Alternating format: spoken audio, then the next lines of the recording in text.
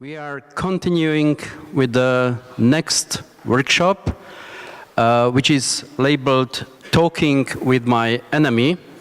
And the next 80 minutes, we'll have a chance to focus on the topic which is exciting, which is unknown so much for majority of us, and which gives a lot of future promises and possibilities, but it's not an easy topic.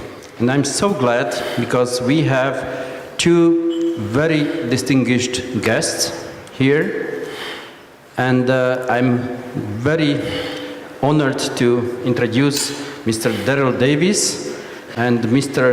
Husamuddin Meyer. And both of them, I had the chance to speak with them shortly yesterday, so I had an excellent feeling yesterday evening. Oh, we've got best guys. These are the proper guys for this conference because they have so much to offer that I am looking forward to the next discussion. Both of these guys look on the first feeling quite different. They differ by the mother language, they differ by profession. One is more artist, another is more preacher and a spiritual leader. They differ by the country and the type of work which they did before. But I was happy to discover that they have a lot of hidden similarities, something which is very, very core and which unites both of them. One thing which is interesting is that they both have a very nice ability to understand and look for the human being behind the mask. Both of them are working with the difficult people, and they do not stop assessing the people on the first look, but they try to continue and be persistent in discovering the human beings, the personalities behind the first mask. And Daryl works a lot with the people who identify themselves as members and leaders of Ku Klux Klan, and he was very successful in that. And Husamuddin works a lot with the people who are imprisoned, inmates, because of participation in some violent acts, because of doing some crimes in Germany, and he works with them using also the spiritual approaches, working with these mostly Muslim youngsters who were known as somebody who was prepared for violent activities. The second thing which I find common for both is that their excellent ability to use own personality, own ability to empathize, and to be open, use this personality as a tool, as an instrument to change the people. And this is really admirable. I'm so glad that we may hear about how you are doing that. If you would be so nice, you may first say a few words about yourself, how you did to do what you are doing last tens of years.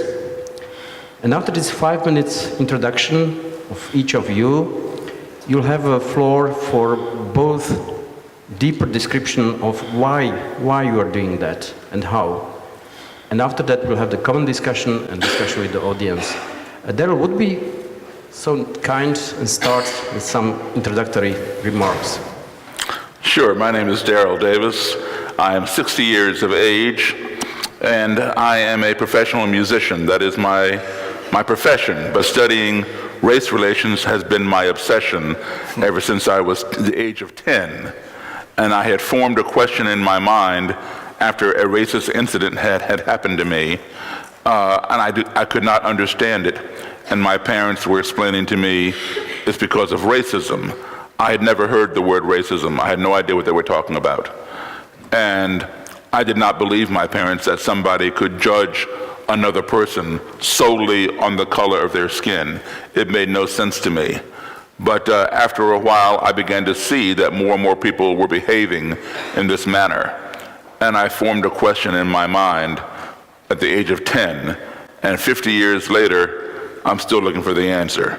And the question was, how can you hate me when you don't even know me? So I figured, well, who better to, I bought a lot of books. I bought books on black supremacy, on white supremacy, on anti-Semitism, on the Nazis in Germany, on the neo-Nazis in the United States where I live, on the Ku Klux Klan. None of my books had the answer. So as an adult, still not having the answer, I figured, well, who better to get the answer from than to go and ask someone who would join an organization whose whole history has been hating people who do not look like them and people who do not believe as they believe. So I began seeking out leaders and members of the Ku Klux Klan and neo-Nazis and asking them to sit down and have an honest conversation with me. So there are plenty of them who did. There were those who would not. So this is where I am. Excellent, thank you. All in between my music gigs. Husamuddin, may you say a few words about your start? How it happened that you started to do this very impressive and meaningful work? Yes, my name is Husamuddin Meyer. I grew up in a village in Germany, and I was supposed to study some mechanics, but after my school career, I traveled through Africa and spent some years in Africa, and I developed a very big interest for other cultures. So I changed my subject and I studied ethnology, geography and Islamic science. I started to learn languages and I was very interested in different cultures. And then I ended up in prison, but not as an inmate, but I was asked, because in between I became Muslim and I started also to do imam works in mosques. And the director of the prison was asking somebody who can deliver the Friday sermon in German language. Because in Germany we have a lot of many different cultures, Muslims, young Muslims in prison, and they only understand German. It's not useful for them if they have a Friday sermon in Turkish language or Arabic language. It's of no use. So they were looking for somebody who is able to do it in German language, and there are very few. There were very few at that time, so more than 10 years ago. Now we got a little bit more of German-speaking imams, but at that time I was the only one. So I was the first one who was doing that in prison, giving Friday sermons in German language. And I was asking myself, will they accept me or not? Will maybe this crazy-looking German imam, will I be accepted or not? And I was very surprised that they didn't come only once or twice, but the rate of participation in the Friday prayer and the interest the participation rate was between 60 and 70% of the inmates. 60 or 70%, and we have around 100 youngsters of Muslim origin in the prison. 60 to 70 come every week. Until now, it's very impressive. Excellent. Thank you very much. Yes. Let's jump directly to understanding what you are doing and how you are doing that. I've seen the film Accident Courtesy and some other video films where they show your work, and it's unbelievable. I see that you're coming to the typical KKK members, leaders. You're shaking hands with them, you're hugging with them, you were able to persuade or to accompany them that some of them left the movement after a few years. As if I read correctly, so there was something like 40 to 60 leaders who decided to leave the movement, and indirectly around 200 people left the movement. I've seen the moments when they gave you their old hoods and robes, and you collected them, and they said, okay, I do not need them more. So I said, okay, that's a kind of strange collection habit. Some people are collecting marks or etiquettes from beer, and you're collecting the hoods and the rabbis from the KKK members. Sometimes there will be a museum, hopefully here, of these costumes. But how it is possible? You said that you consider some of them friends, the real friends. Is it like that? Absolutely. Because, if somebody gives up that ideology, then why not? Why not embrace them as your friend? That's the whole purpose of sitting down and talking and coming to a mutual understanding of one another.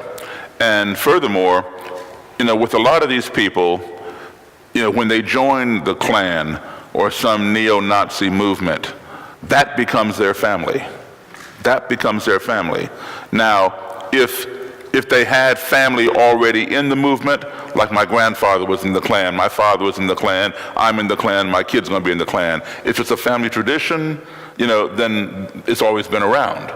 But in some cases, some people were not raised by their families to be racist, but they found this ideology and they became radicalized, if you will, into this ideology.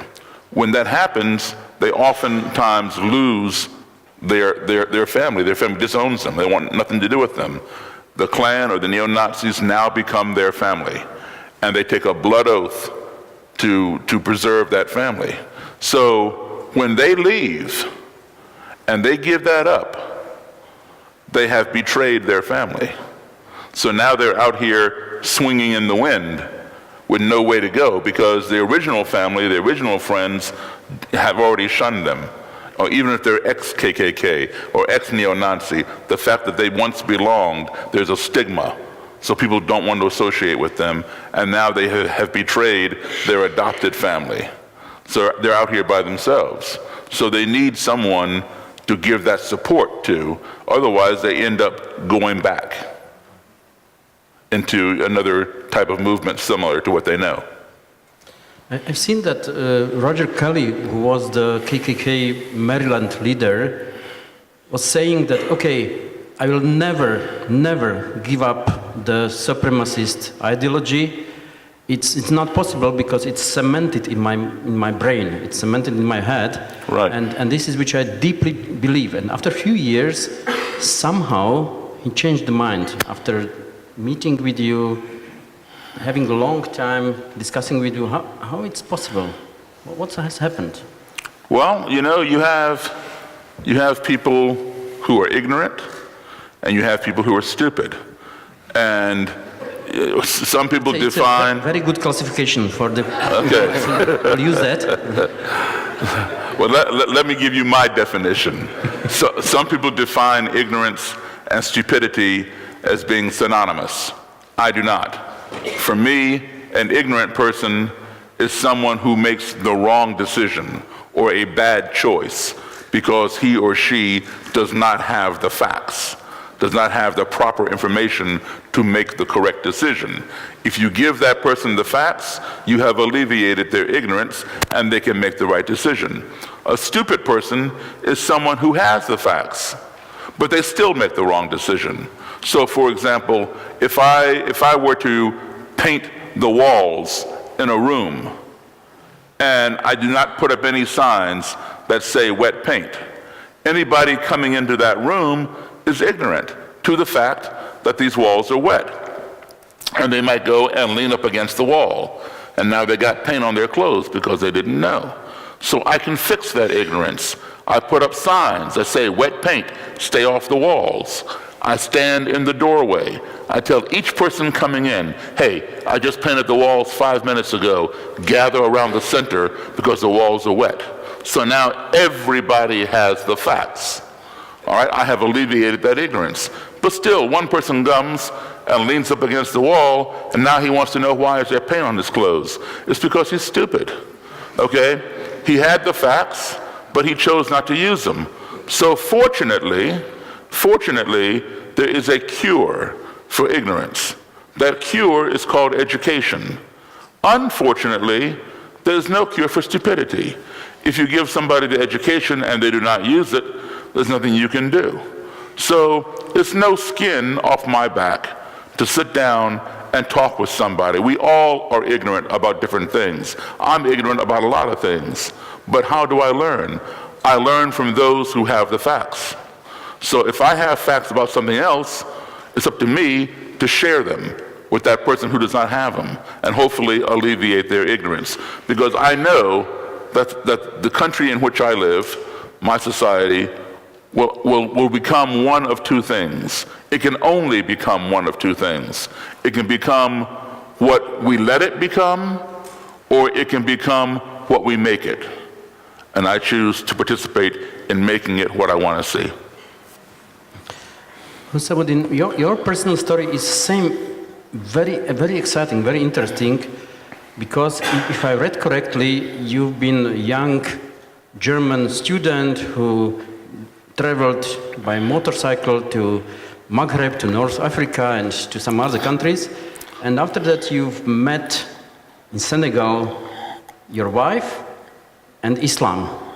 And you converted and came back to Germany to study in Freiburg University the Islamic studies and other topics.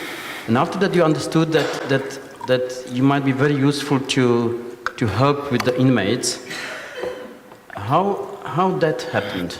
What's going on? Yes, as I told before, I was asked, because I was known by the town to be one of the few German-speaking imams, so I was asked for that job.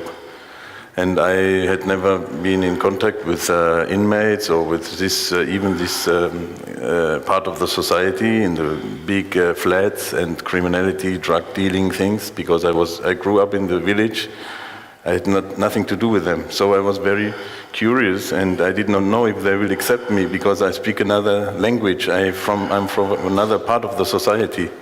And that was the first surprise.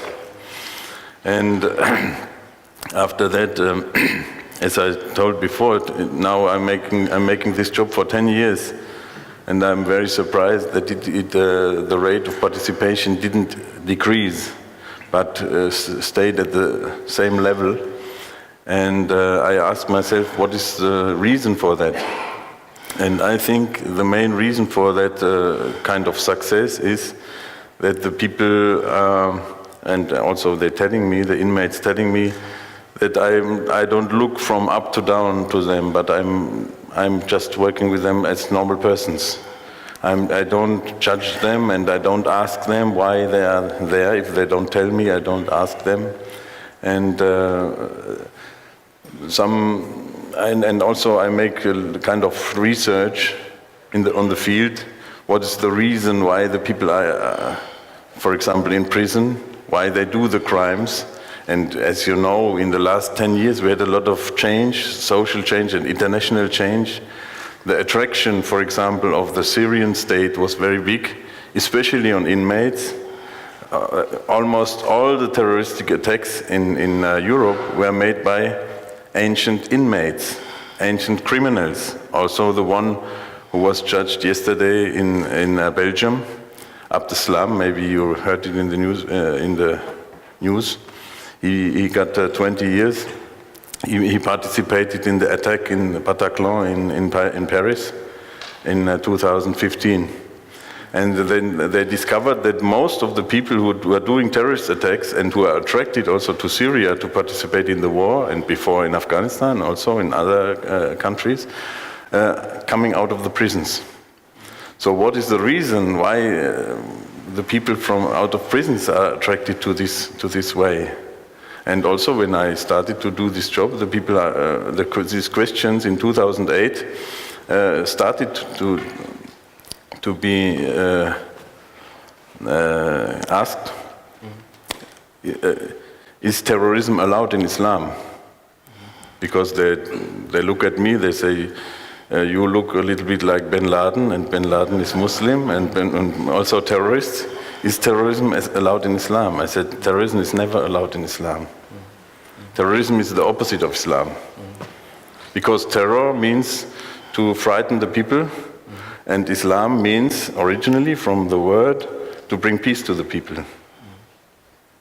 No, you look very attractive. It's Attractive. really something impressive, and with this turban and all this Muslim image, I can imagine that it may work with the people, but it may have both reactions. Does it help you to speak with these youngsters, with these young people, to give the signals of possible understanding and being able to empathize? Yes, because in prison, most of the people who are working with the inmates, they are from the suppression part of the state. They want to change them and to operate on them. And I was considered to be part of their culture.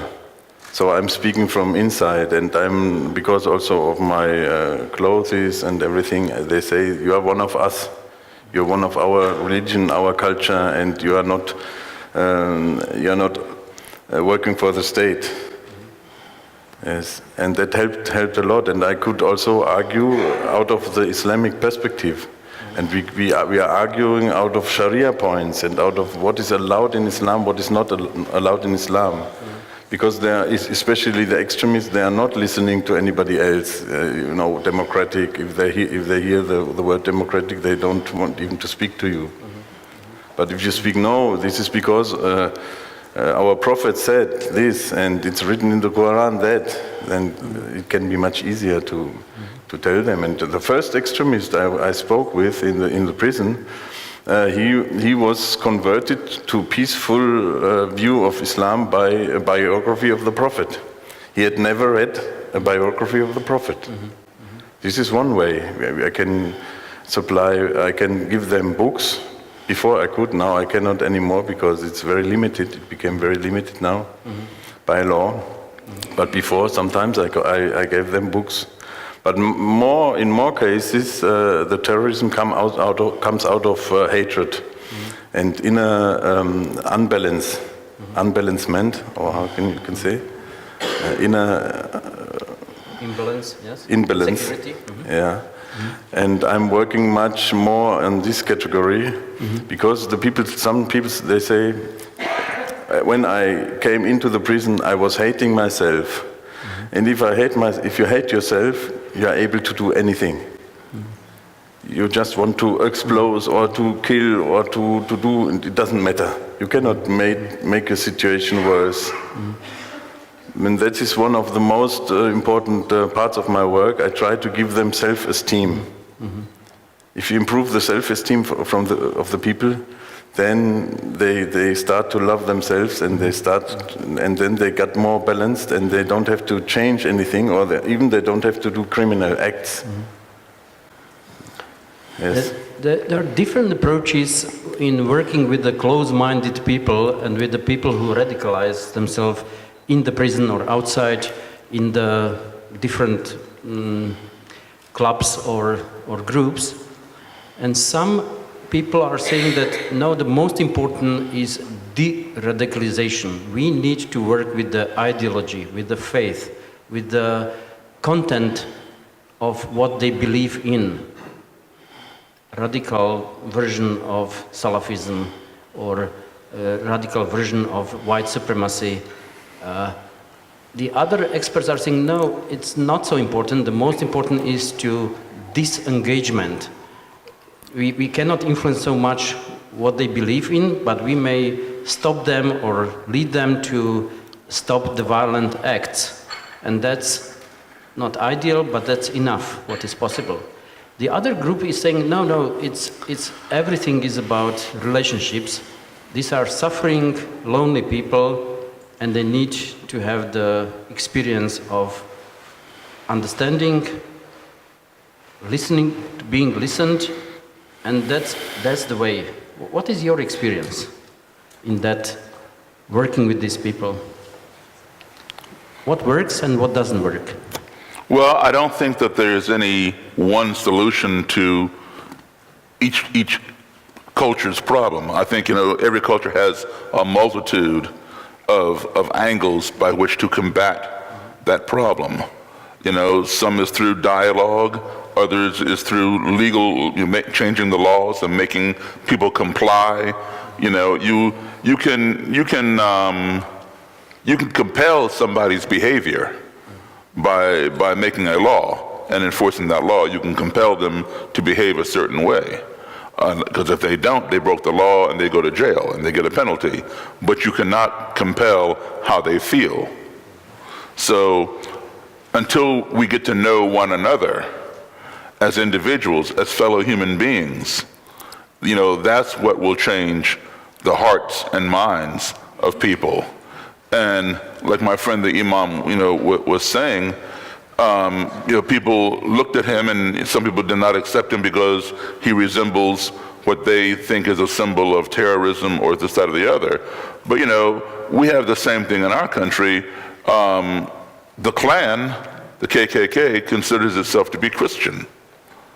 Well, what's Christian about that? Going around hanging people from the tree, or bombing their church, or dragging them behind the car to their death. There's nothing Christian about that. But we tend to use words and definitions that are applied to a certain group of people, but not applied to others.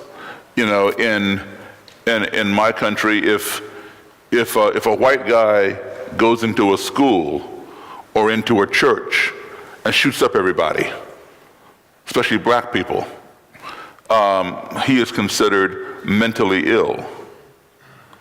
But you let a black person do it, or an Arab do it, or somebody who looks Middle Eastern do it, that person is considered a terrorist.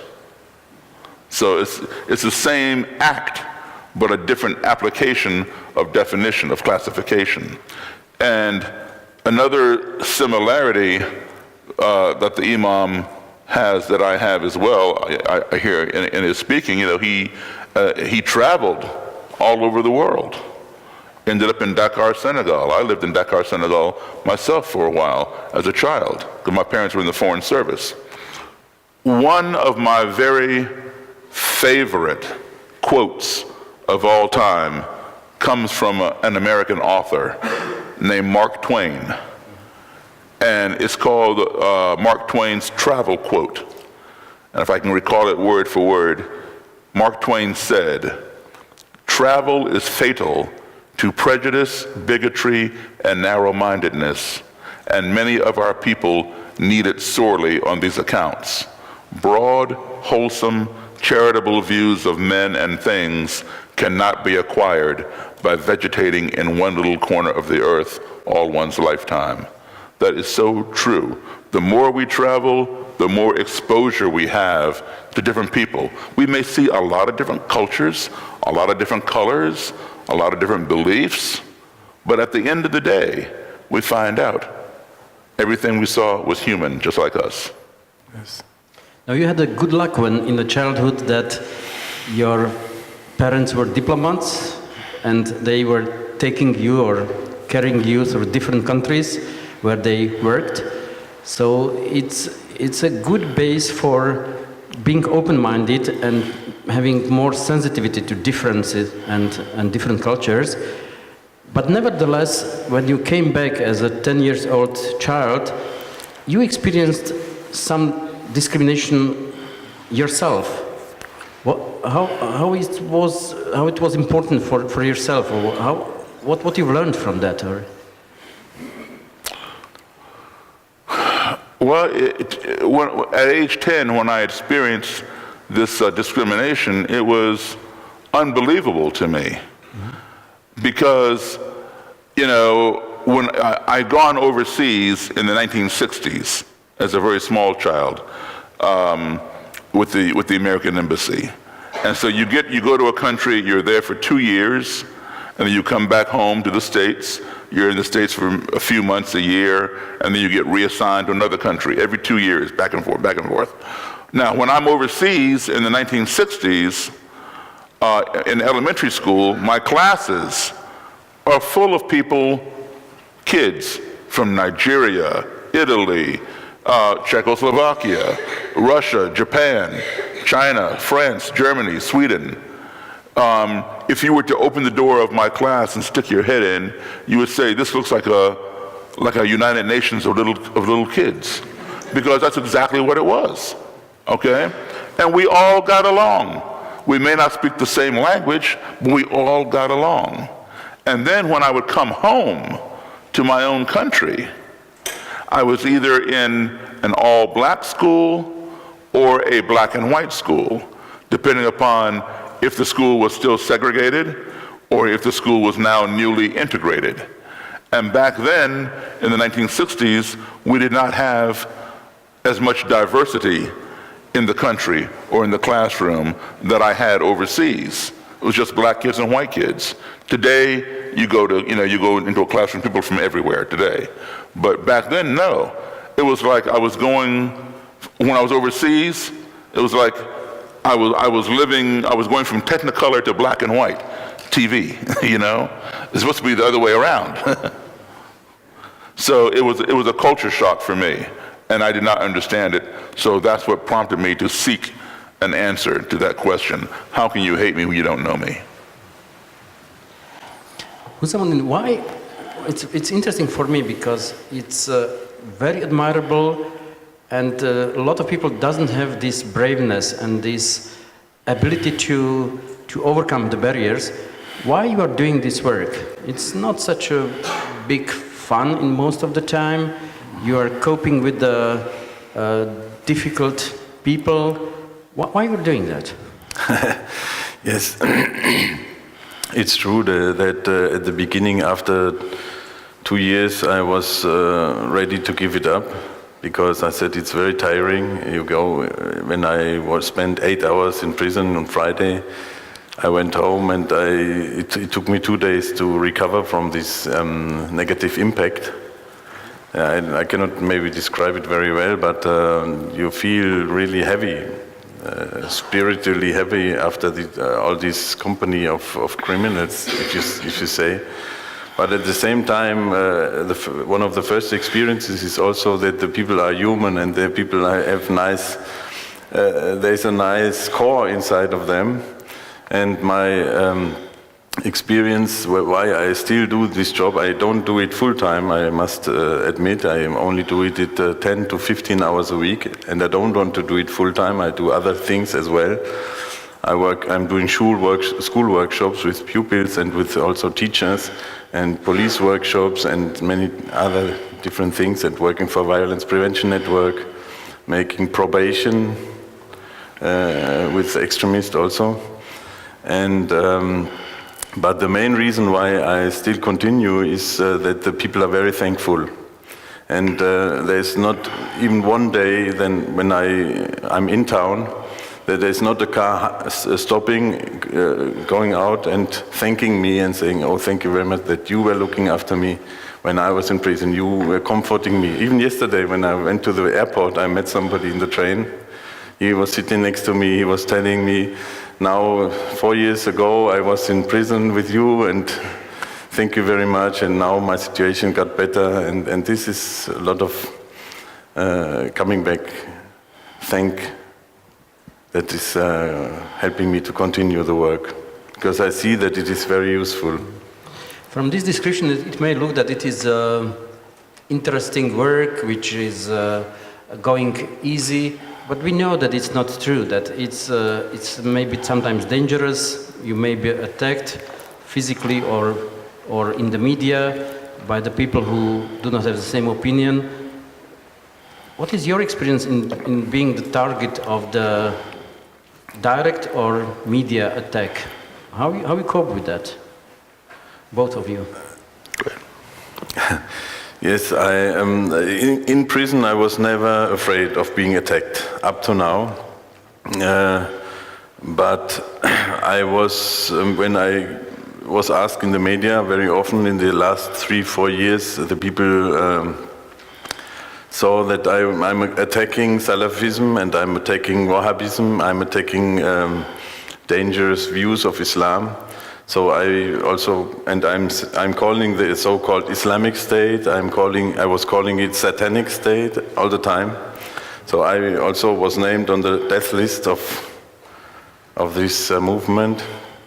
I was told by somebody in Frankfurt that I'm on the death list, and he is also was in the movement. But it doesn't matter. We just continue, and we are trying to believe in our protector. Yes. And then what shocked me more was the media campaign. That in the last 2 or 3 years, in 2015 I was very famous in the media, then 2016, and I was loved by everybody. And then another movement started to attack me, and they say this is also one of the Islamists, and he wanted to. They cutted videos together to show me in the bad light, and that shocked me more because I thought that I had a good intention, and the good intention was not seen. And now the Islamophobia increased very much in Germany in the last 2 years. And right-wing people come into the parliament, and teachers became very Islamophobic now. I see it with my children, and this is making me more not afraid, but causing more problems. I can imagine that you may be attacked from both sides. Some of them accuse you that you are spreading Islam, and some other accuse you that you're not spreading the correct version of their Islam. Yes, and so that might be quite difficult mess to cope with that. Yeah, that is the problem, but that is also my function. I'm trying to build bridges between the different views and trying to show them. Also, when sometimes I'm speaking with policemen, I'm teaching them a little bit what is the Salafism and everything. And then I try to make them understand that everybody has his reasoning to go his way. And if you understand more of his way and why he's thinking like this, then we can improve the situation much better that if you say this is our enemy. Because as he said before, it was very nice, we discover at the end everybody is human. Yes. You may have the same experience of being attacked from different sides. I've been attacked from all sides, but fortunately, it doesn't happen as often. There are some people who will go to their grave being hateful, racist, and violent. There is no changing them. We know that. They're just a bad seed, and there's nothing you can do. And before you even try to talk to them, they want to attack you. And I am not somebody who likes violence at all, but I will defend myself, and I have. And I've put people in the hospital, I've put people in jail, just to preserve, myself. But fortunately, that is not something that happens very often. But I will say, one of the people that attacked me and ended up going to jail, he came back later and apologized to me. Sometimes, it takes time for them to see the light. Other people will never see the light. But you know what? We cannot live in fear. Fear is the greatest weapon of all time. Fear is greater than any gun, any bomb, anything. Just the idea that something might happen to you is enough to control you. And so if we live in fear, we're going nowhere. And so that's why I continue this work. That's why he continues this work. Because we have to dispel that fear and break that divide, bring it closer together. A lot of it is based upon ignorance, all right? Ignorance breeds fear. We fear those things we don't understand. If we do not keep that fear in check, put a cap on that fear in turn will breed hatred, because we hate those things that frighten us. If we do not keep the hatred in check, that hatred will breed destruction. We want to destroy those things that we hate. Why? Because they frighten us. But guess what?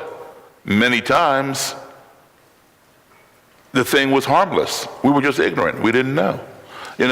Sometimes when I lecture to a lot of colleges and universities, police departments, churches, civic organizations, but also young people, like in elementary school, middle school, things like that. And sometimes I'll be talking to, let's say, some young class in a grade school, and I'll just be talking casually. I'll say, hey, there's a snake under your chair. Just because I said that, people will scream and raise their legs up, put their legs up in the air, just at my suggestion. And then they realize there's no snake there. They start laughing. Why'd you do that? And I said, well, why did you jump? And they said, well, I'm afraid of snakes. I hate snakes. And I said, well, why are you afraid of snakes? And sometimes they'll say, well, because they're slimy. Well, that's ignorant right there. Anybody who knows snakes know they're not slimy, they're dry, right?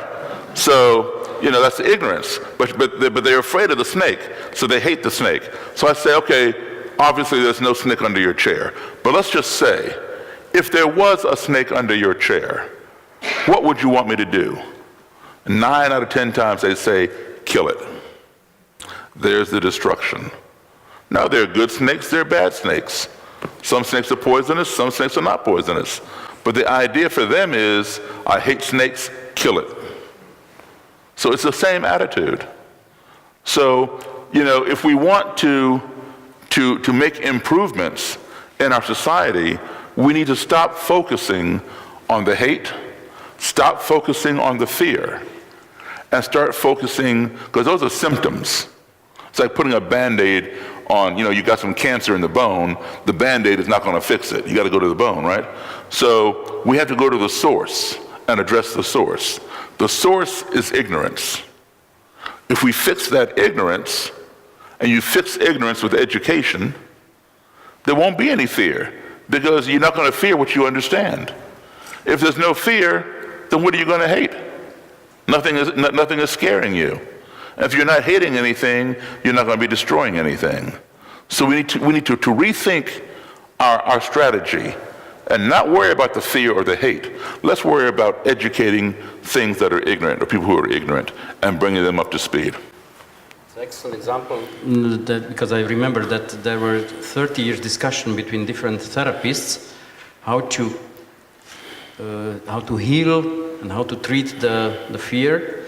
And there was a big discussion that fear, if we label the sources of the fear, it's no more threatening us so much. So what you are doing is that you are bringing the discussion to understand why we fear something, or where we have anxiety, and that's really excellent. Yes, that's admirable. But I try to understand how the people who are Afro-American, black, of the maybe same position as you have, the young people from Black Lives Matter and the others, how they understand your work, because they might be shocked, I think, I can imagine. Well, you bring up Black Lives Matter. Let me explain something about Black Lives Matter that many people don't know. But let me clear that up. The idea behind Black Lives Matter, the idea for its creation, was an excellent idea.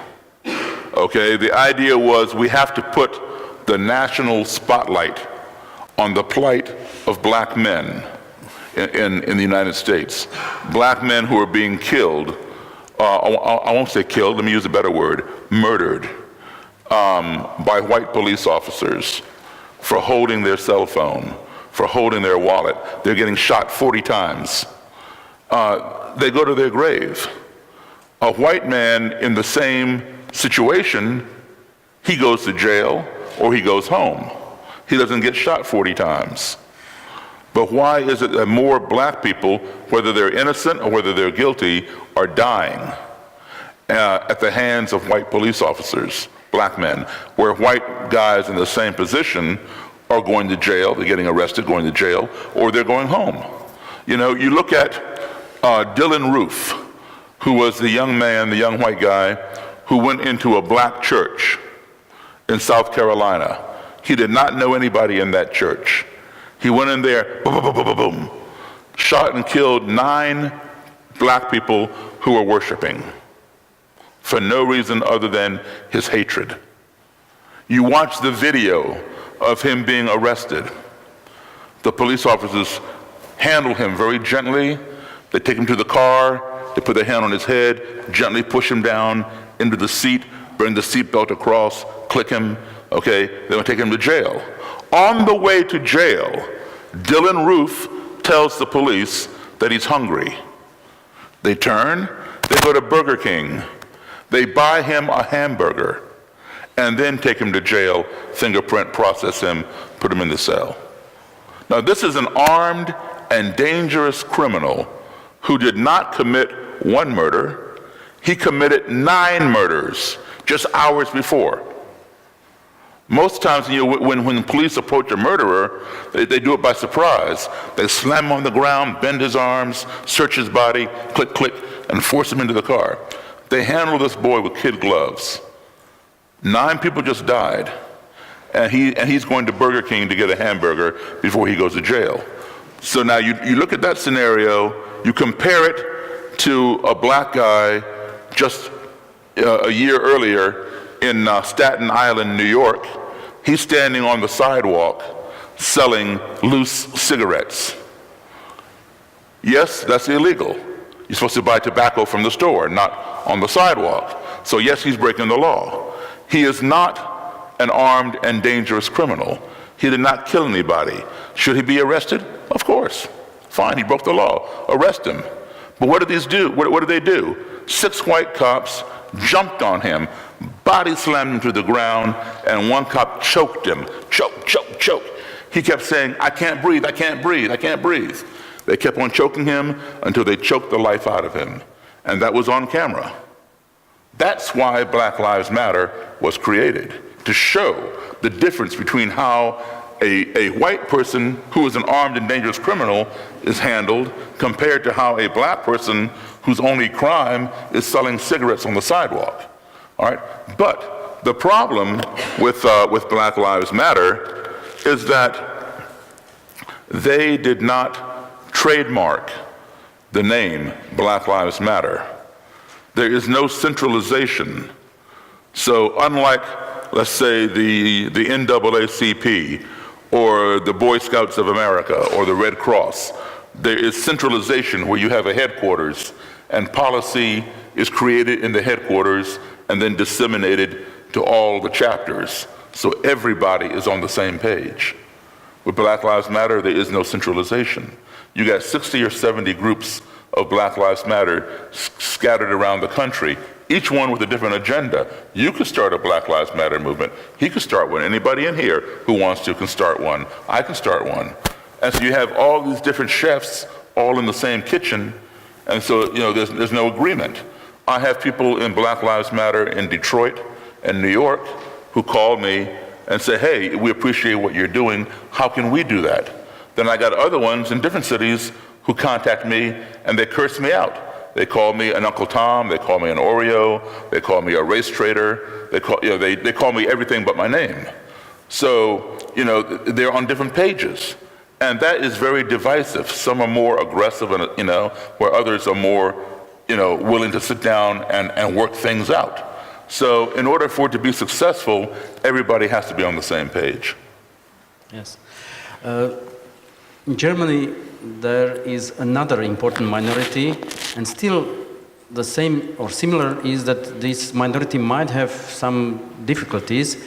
When you look on the Muslims in Germany, how their perception of the Muslim changes now in the country, and what you know from your personal experience, because in some time, very far time ago, you've been the guy with the name of Martin Horst Meyer. After that you converted, you transformed, and you became Husamuddin. And is there a difference how they perceive you now and how they perceived you before being a Muslim? Oh, that's a very long time ago. I think the people I was in contact with 25 years, 30 years ago, I'm still in contact with them. and I'm still the same person. There's not too much difference. I didn't go to the other side to attack them or something like this. I just tried to get deeper into the spiritual life. That's all.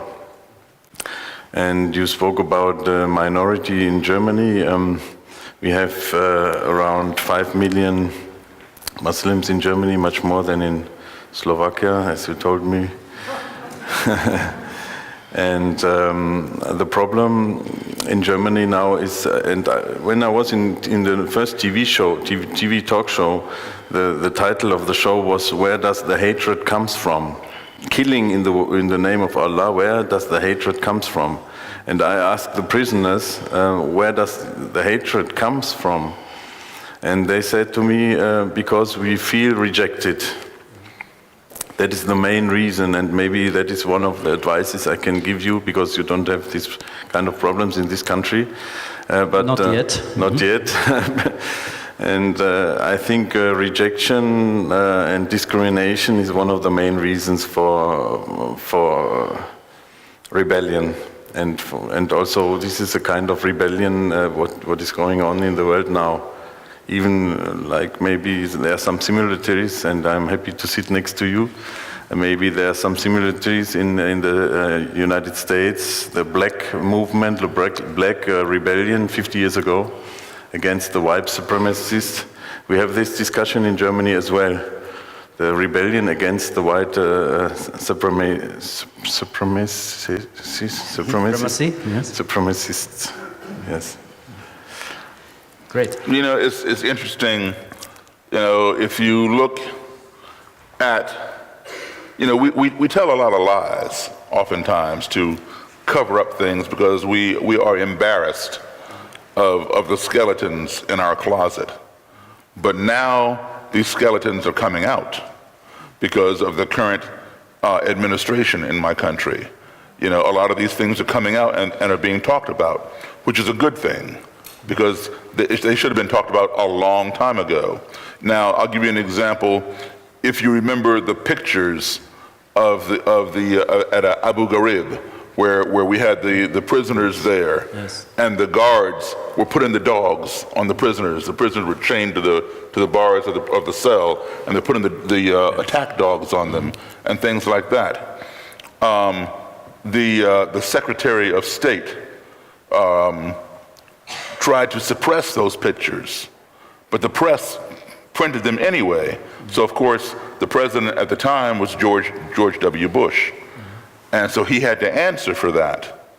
And so during his press conference, he said, you know, this is not America. You know, I will not stand for this. This is not America. We don't do things like that. That is a lie. That is a complete lie. Because if you go back to 1964, 1968, in Birmingham, Alabama, it was those same pictures. The players were different. The players were different, but the picture was the same. Instead of a U.S. military guard with a dog on some Islamic prisoner, it was an Alabama police officer with a dog on a black man marching to the courthouse for the right to vote. And the dog is attacking him and tearing up his leg. Same picture. Yes, we do that. Why lie about it? Thanks a lot. So let's have a floor maybe for 6 or 7 questions or comments from the audience. Whoever wants, please put your question.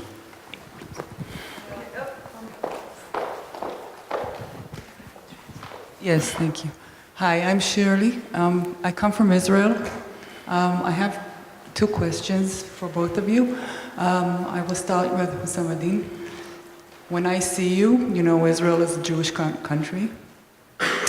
First, when I saw you this morning, my stomach was rolling, and I said, oh my God, I could feel it in my stomach. He probably hates me. I hope you don't. What? I hope you don't. That Shirley had the feeling that you maybe hate her because she's from Israel. And I'm Jewish. No. No. Well, I'm glad to hear it. But what I wanted to say is, automatically I felt fear when I saw you. And I wanted to ask if you work with Jewish inmates, Jewish prisoners, if there are. And is your name Jewish? Meyer is a Jewish name. Meyer means, in Hebrew, it means the one who brings light. Oh. So, yes, Meir. And to Daryl, you mentioned that you are an artist. I'm an artist. Do you use your art when you talk to the people that you talk to? Do you do workshops, or do you bring your art to the discussion? Does it make a difference? Yes, but before I answer that, let me say that he doesn't hate you, but I do, because I cannot draw a straight line, and this lady is one of the greatest artists I've ever seen. You need to go over there and look at her plates. They look like photographs. They are so detailed, and I mean her eye is just. It captures everything. So you need to go over there and see those plates. I'm very envious of your ability. But yes, I do bring my art, which is music, into the situation oftentimes. In fact, the second Klansman that I met, the first one I met was kind of a violent thing, but the second one that I met, I was playing piano in a country band, and I was the only black guy in the band, and the only black guy in the club. And so this guy came up to me and he put his arm around my shoulder. And I'm trying to figure out, I don't know this person, why is he doing this? And he said that he really liked my piano playing. And I shook his hand, I said, thank you. And then he said, this is the first time I ever heard a black man play piano like Jerry Lee Lewis. And for those of you who don't know Jerry Lee Lewis, he's a white, great rock and roll boogie woogie piano player, but he learned that from black people. That black people invented the blues and boogie woogie and rock and roll.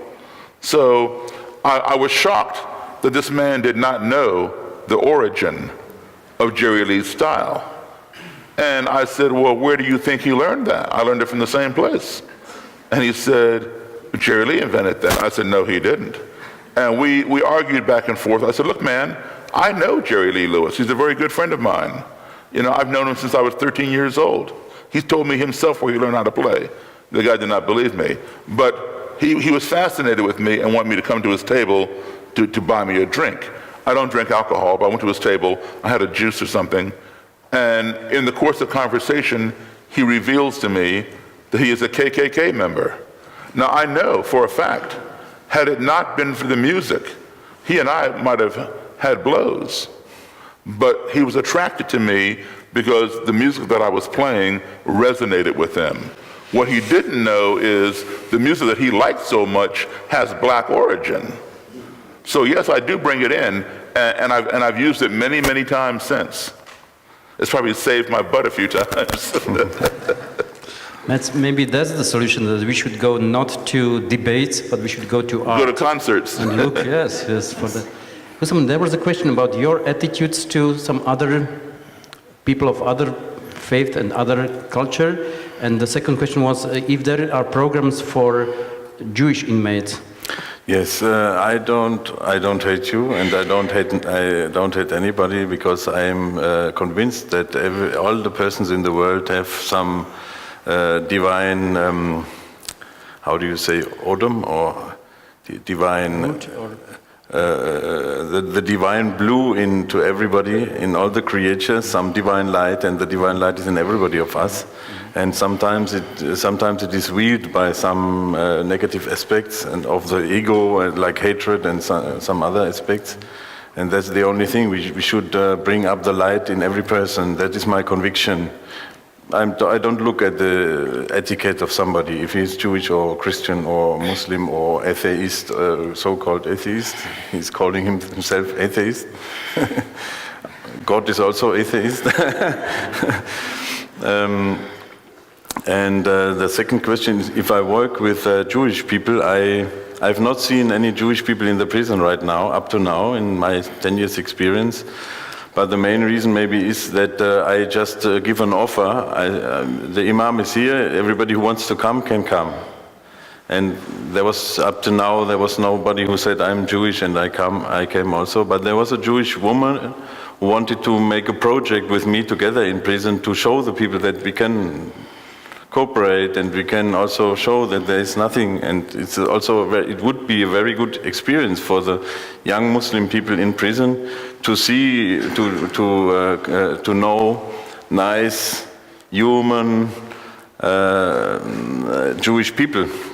It would be a good experience, but the director didn't allow it because she wanted to have somebody sent by the Jewish community officially, and up to now it doesn't. We haven't realized it yet, but this is one of our future projects, because if you see what the people are watching or how the people are educated, the young Muslim people, they only look Al Jazeera and they only look Facebook videos about Israeli militaries who are mistreating Palestinians who want to cross or want to visit her parents in another district of Israel, and so the hatred is growing. And they are not aware that there are also good people in Israel. I know that Germany is investing a lot in the big programs for the Christian chapels, the priests, Christian priests visiting the inmates and prisons and doing large programs with them, and the decision to support your activity is only 10 years old, but there is more of the imams now visiting the prisons, yes, or in Germany? Yes, there has been a contract between the church and the state for many decades, and they are fully employed, one Catholic and one Protestant in almost every prison, fully employed. But now the situation changed. We have, in our district, we have around 20% of the inmates are Muslims now, and especially on the young population, it's up to 40 or 50%. So there is much more necessity to change the approach, and also to give them the possibility to have some spiritual care of their religion. And that's why when they made very good experiences with my work, when they saw that the inmates become more calm and more peaceful after my visits, then they said we have maybe to call other people to work on that field. And now we have in our district, we have 16 prisons, and now we have 16 imams working there. Some of them 2 hours a week, some of them 10 hours a week. But I think in the future it will be established, I hope so, and accepted. Okay, next question, please. My name is Marcela, I'm from Slovakia, and I have a question for Imam. It was interesting you mentioned the increase in Islamophobia, and that's not just in Germany, that's in many places. So I wonder whether you would link this increase with also fear of attack on liberal values, and whether here in Europe we have enough dialogue about the linkage between Muslims, Islam, and liberal values. Your question was if we have enough dialogue, and maybe it's a lack of dialogue who is leading to more Islamophobia. That's what's the question? Not really? If we have dialogue between the liberal and the Muslim values in Europe? Not enough. And as maybe, what was the name of the Polish, the Chechenian Polish man? Huh? Elsie, yes. As Elsie told before, when they are inviting people to talk shows, they are problematizing Islam in the talk shows and giving critiques, and it's not yet enough input of positive Muslim activities, and all the time repeating Islamic State, Islamic State, Islamic State. Of course. Who saw the pictures of Islamic State, he must be afraid of Islam.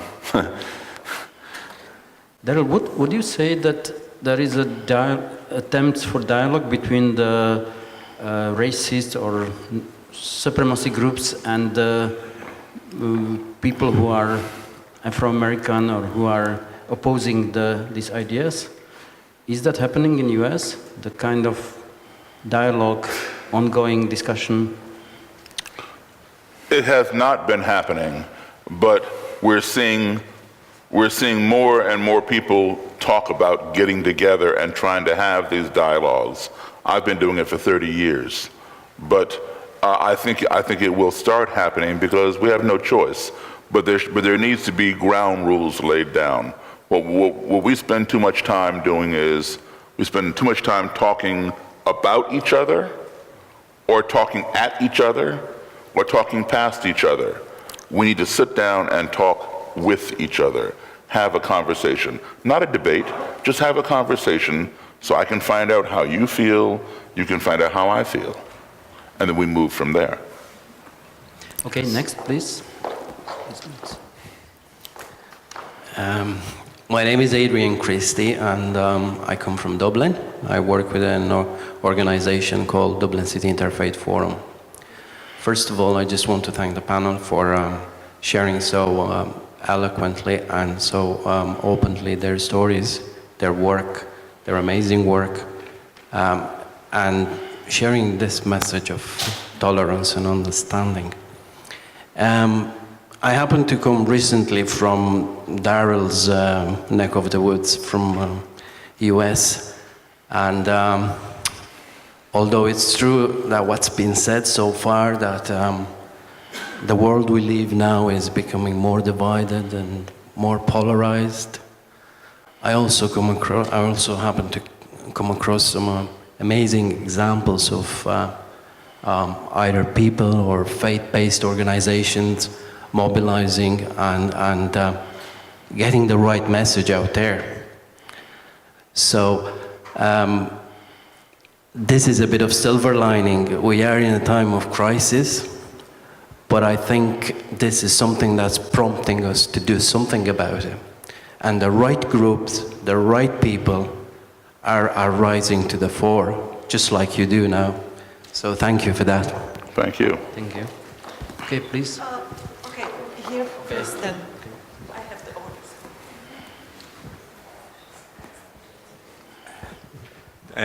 Thank you very much, speakers. My name is Eamon. I also come from Ireland, so we don't want to dominate the conversation, but I work a lot with former paramilitaries from the context of the Irish conflict. And I also work with victims of the conflict in our work. And my question really is where we stand in relation to the perpetrators of violence. Because while I completely agree with you, Daryl, that why would we hate people that we don't know? We feel differently in relation to people who have been perpetrators of violence for a cause or whatever. And in the Irish context, the release of prisoners under the peace process has been quite difficult for people who have suffered from violence, and yet for others, that was presented as that's the price of peace. So how far should our humanity take us in relation to gestures and acts of forgiveness? Because in Ireland that's been what reconciliation is really all about, but it's very difficult and it's very challenging. So how to face that challenge? My answer to that would be, you talk about the release of prisoners, especially early release, because the jails are overcrowded, so we need to move these people out so we can get more in. That happens, and I don't think it's right, but I also don't think it's right that you send people to jail and allow them to join gangs in jail, like a black gang, Mexican Mafia, the Aryan Brotherhood, and all these other gangs, because the reason they are in jail, yes, there are some innocent people in jail, for sure, but those who are guilty and have been convicted, who are there, the reason they are there is because they did not know how to behave properly out here in society, so they got locked up. But now you're getting them locked up, and now you're encouraging them not to behave properly by having them join these gangs for self-protection. Too many people make too much money off of prisons. Prison in my country is a penal institution where you go there to be punished. You're not going there to be rehabilitated. We need some form of rehabilitation in prison so that when the people get released after they do their time, there's less chance that they will return to prison. My country has a very high rate of recidivism, of when people are let out, they go out and commit another crime, and then they're back in again. If they get rehabilitation in prison, chances are we won't have as much of that problem. Okay, we have time for the last two questions. So Hello, Mustafa Usha from Iraqi Kurdistan region. First of all, an appreciation for Husamuddin by saying, like, calling Islamic State satanic state. I think this is something really important in battling the terrorist groups by showing their true face to the people and international community. Thank you very much for that. My question is to Daryl. You said something, there is no one solution for all problems in each culture or society. How can we build a specific solution for the problems in, like, societies around the world? Because I believe the same solution cannot work somewhere else. So each culture or society should be built specific solutions. So how can we do that? Thank you. Yeah, I think that it needs to be a SWAT team approach. All right, when they're in my case, the United States is being held hostage by racism, all right? In another case, it might be, like say in Ireland, it's being held hostage by religion, Catholics and Protestants. Or in Israel, it's the Palestinians and the Jews. In Lebanon, it's the Muslims and the Christians, all right? So each one is a little different. But I think, though, there is no one solution. And what I mean by SWAT team approach is this.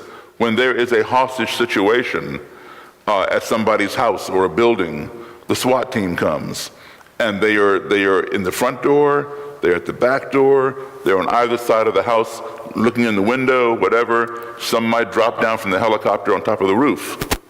And then you got the hostage negotiator who's on the phone trying to talk this guy in the house to put his guns down, let the hostages go free, open the door, surrender, blah, blah, blah. Try to make, so you got somebody negotiating, you got the sniper who's going to shoot the hostage guy if he has a clear shot without hurting one of the hostages. So there are many, many different angles. And I think that's, what I'm talking about when I say there is no one solution. We all have to coordinate our strategy, like a SWAT team. And one hand has to know what the other hand is doing. And not criticize one another because say, no, I have the best way, no, you have the best way, etc. We all must work together for the common good of the society or of the hostages. Okay, so let's have the last questions, and the others, please do not forget your questions, because there will be the possibility to meet Husamuddin today and tonight and tomorrow to have the individual talk, and Daryl will have one more practical workshop tonight at 4:30 here. So if we do not cover that now, there will be more space. Please. My name is Anna Shvachka, I'm from Ukraine. And my question is related to our topic. We are talking with our enemies, yeah? And as you know, my country has a 4 years war, and inside of our society, let's say, enemies, with dots, yeah, appears just 4 years ago. Sometimes they are part of your family, sometimes your classmates, sometimes is a people who is in your family album in picture and following with you all your life. So to talk with animals which you doesn't know who is he, it's clear. But how to talk, and actually my question is, who is your own enemies? Can you make a general picture of the person who is enemy for you? You? Go ahead. Okay. So who is enemy for you? Yes, I was a little bit surprised by the title, talking to the enemy, because I don't consider anybody to be my enemy except myself. The Islamic teaching says that the most dangerous enemy is inside yourself, because the inside self, the ego, is giving you all the illnesses to develop, like hatred, envy, how do you say? jealousy, being envy, jealousy. Envy. envy, yes, envy, and in Islam we say there are 70,000 illnesses in the heart of the people, and that is sometimes misguiding you, but you don't have any enemy outside of you. There was a famous bestseller this year which was labeled "Ego is the enemy." Ego is the enemy, yes. I think, you know, it was, I think I saw the title up there also, Talking with the Enemy, but I think, you know what? That's a step in the right direction. Because talking with the enemy, or the perceived enemy, whatever you want to call it, talking with the enemy is a lot better than fighting with the enemy. So talking is the first step, dialogue. And sometimes out of that dialogue, you know, because, you know, you say talking with the enemy, you consider that person to be your enemy, but he also considers you to be his enemy. And if the two of you can come together and talk, then that's the first step. Because I have a theory. My theory is when two enemies are talking, they're not fighting, they're talking. They might be yelling and screaming and maybe beating their fists on the table to make a point, but at least they're talking. It's when the talking ceases that the ground becomes fertile for violence. So you want to keep the conversation going. And in some cases, the more you converse, the less they become your enemy and start becoming your friend. Thank you very much. We will now close the workshop, but we will not close the discussion, which is ongoing. And I want once more to thank very much for your work and for your ideas which you are spreading. And let me express a huge respect and huge appreciation. Thank you very much. Thank you.